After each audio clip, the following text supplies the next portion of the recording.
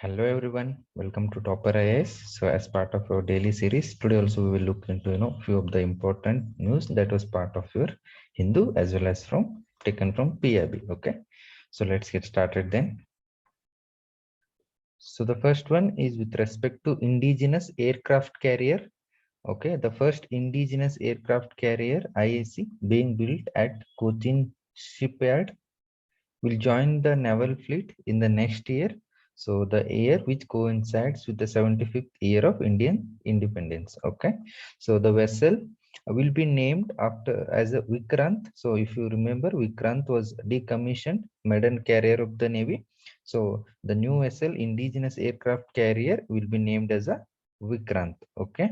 And it will have an air component of 30 aircraft. So capable enough of handling 30 aircrafts, and a few of the dimensions has been mentioned, like the overall length of aircraft carrier is about 263 meter and breadth is about 63 meters. So this is so far the largest vessel that has been made in India, and it is expected to have a speed up to 55 kilometers per hour, 30 knots, and is propelled by 4 gas turbines. So indigenous aircraft carrier likely to be joining the naval fleet next year, 75th, coinciding with the 75th year of India's independence, and it is likely to be named as Vikrant. So remember this thing. So next one, with respect to smart cities. So every year, smart cities awards will be given. So with respect to, so similarly in 2020 also, on that particular year also, the award has been given as Indian Smart Cities Award 2020. So according to this, UP, Uttar Pradesh ranks best among all other states. So Housing and Urban Affairs Ministry announced that Uttar Pradesh has been ranked 1, Madhya Pradesh stands 2nd, and Tamil Nadu 3rd in India's Smart Cities Awards 2020. So, basic fact only, every year they'll be giving these awards. So you should know with respect to Smart Cities mission. So if you are already following the news, it was celebrated now, like Urban Transformative Mission, 6 years, Smart Cities. Our Amrut mission was also celebrated, and Pradhan Mantri Awas Yojana Urban. All these missions aim to bring in urban transformation. So smart cities is also one that was celebrated. So the main aim of smart cities mission is to bring in a transformational change and the way the paradigm shift in the practice of urban development in the country. So what is its objective is? So objective is promote cities that provide core infrastructure, clean and sustainable environment, and give a decent quality of life to the citizens who are staying. And this will be achieved through the use of application of smart solutions. So use of ICT will be there. Okay, so build the core infrastructures as well as provide clean and sustainable environment so as to give decent quality of life to citizens through application of smart cities.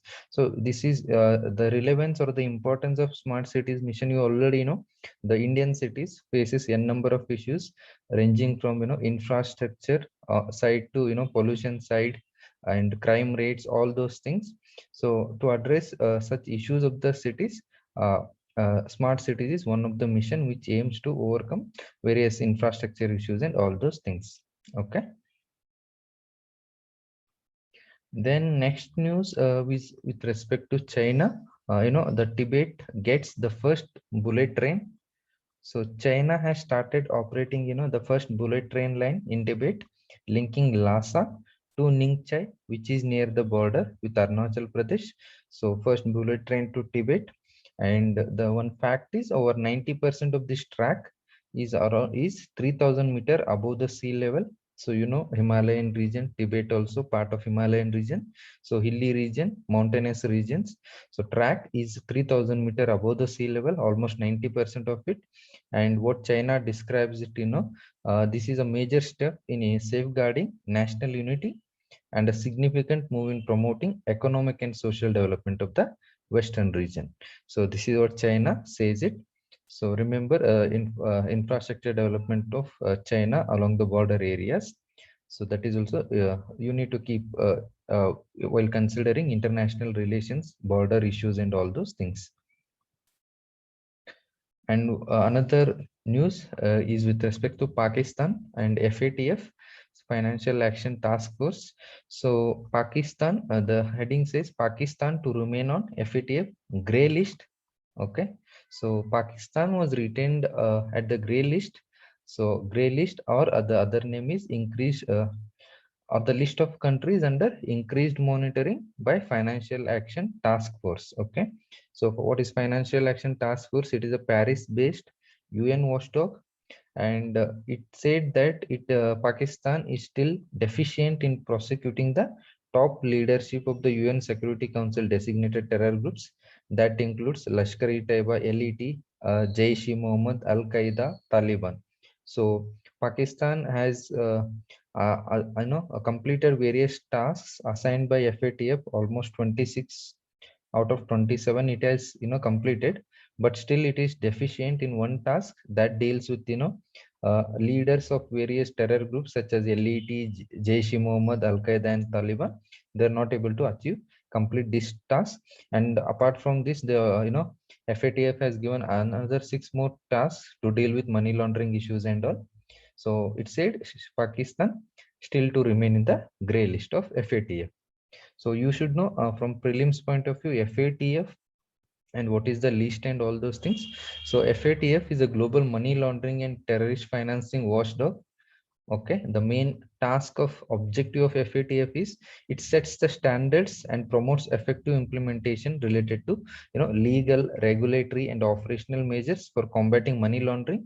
So standards are will be set up, and it also works to identify various national level vulnerabilities so that the international financial system is not misused. So terror financing, money laundering, these are all misusing the international financial system. So to identify, FATF works to identify various vulnerabilities so that terrorist groups and all these anti-national, anti-social elements do not misuse the financial system.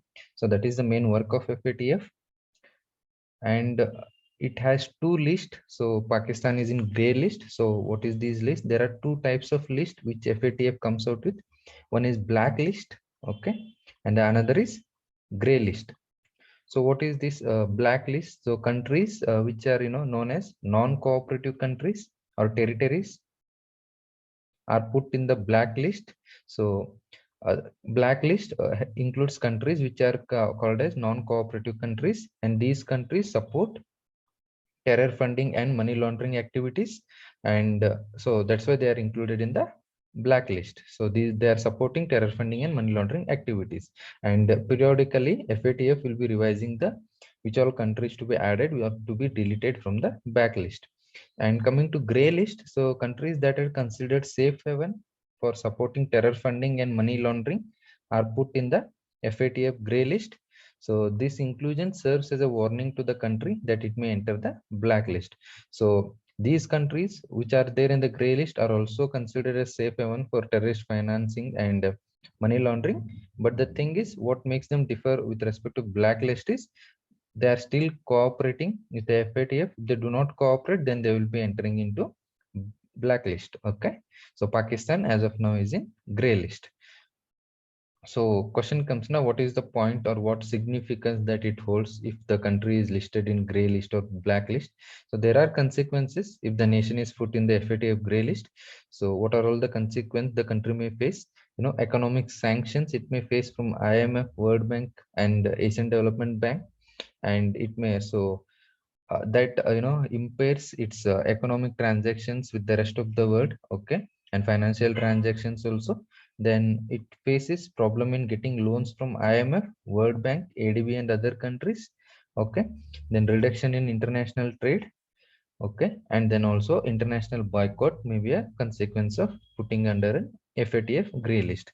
So these are the possible negative consequences that the country faces if it is included in the FATF gray list.